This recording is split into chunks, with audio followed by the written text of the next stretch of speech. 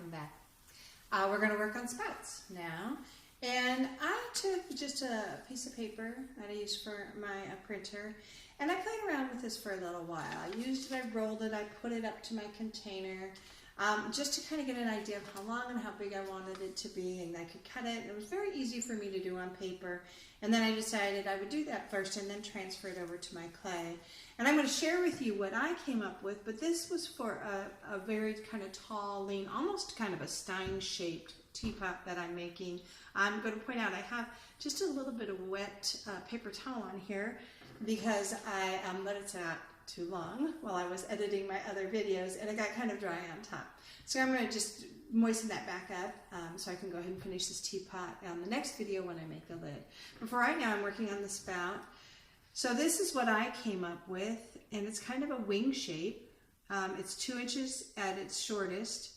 It's 5.5 inches long here, 4 inches through the center, and each of these wings are about 3 inches long. So that gives you a little bit of idea of the size spout I used for this. You can work directly into the clay if you feel comfortable with that, or if you want, work on paper, and you can keep editing and cutting and editing until you come up with a shape that you really like, and then you can go ahead. You can see I came up with a nice little shape, and you can go ahead and transfer it over to your clay. Before I do, let's talk about a spout and how it works.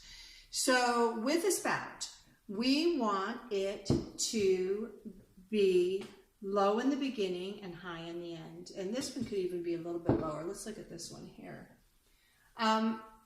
One of the reasons, I don't think, this is probably lower. One of the reasons why we want it to be fairly low here is that we want this to start dispensing tea as soon as we tip it.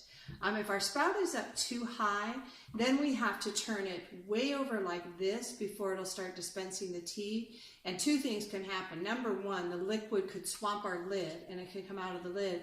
Or even if it hits here first, it's going to hit here with so much force behind it because so much of the liquid is flowing down that it'll shoot that tea out in a stream that is likely to miss our teacup or to be too strong. So it hits our teacup and then it splashes back out.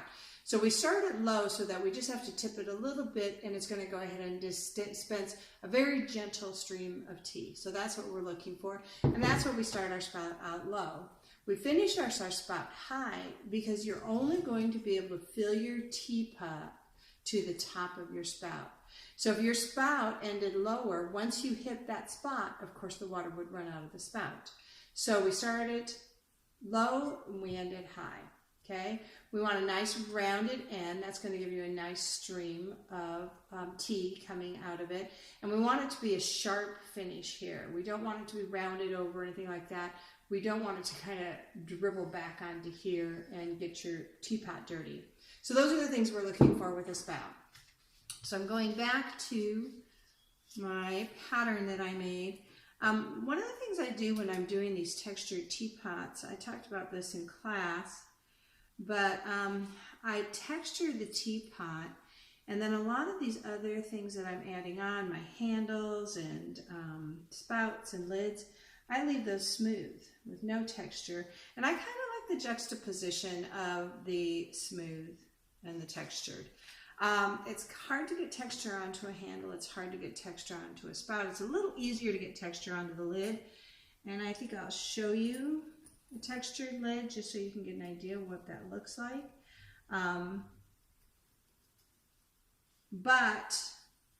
Since I do have some untextured elements anyway, I just go ahead and usually leave my lid untextured, and I kind of like the look of that.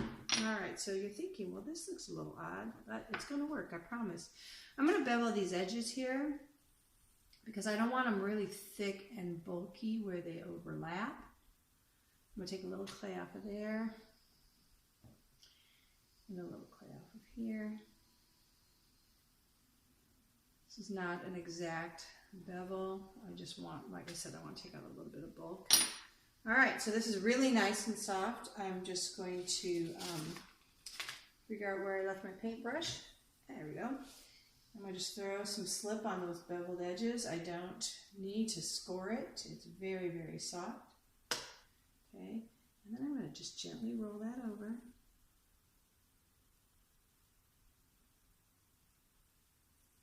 marry those edges together. So it's a little awkward.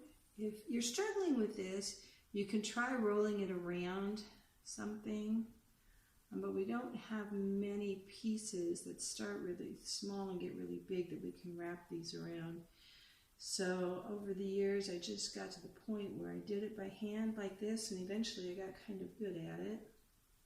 There we go. You just gotta kind of gently coax it. Don't touch it, don't really hard, don't grab it, don't pinch it. You know, like it's a little baby bunny. A little bit at a time. I'm barely touching this. Okay. Now, if you have, like, a paintbrush is a pretty good thing because it's got a little bit of a beveled handle. If you want to slip something, a doll or a paintbrush or something inside there, you can, to kind of hold that up for you if you're struggling with it. And then I'm just going to take your metal rib or whatever you got to hand. Just go ahead and cinch that down.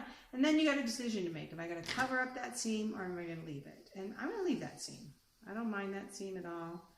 I'm going to clean it up a little bit, but I'm good with that. I'm okay with that. I put my seam at the bottom, so it doesn't really show that much anyway.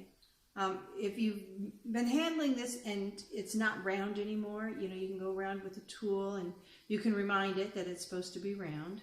Okay, anywhere where you cut, don't forget with these slab projects, you want to go in and you want to soften all those edges because they're going to shrink and shrink and shrink and they're going to be like little razor blades. So I'm going to do that. All right, so now when I come back over here, I want this to stop right about at that level there. Start low, stop high. I want it to be directly across from my handle, and I'm going to rotate that so the widest point is at the bottom and the narrowest point is up here at the top, and that's looking pretty good. So let's mark it.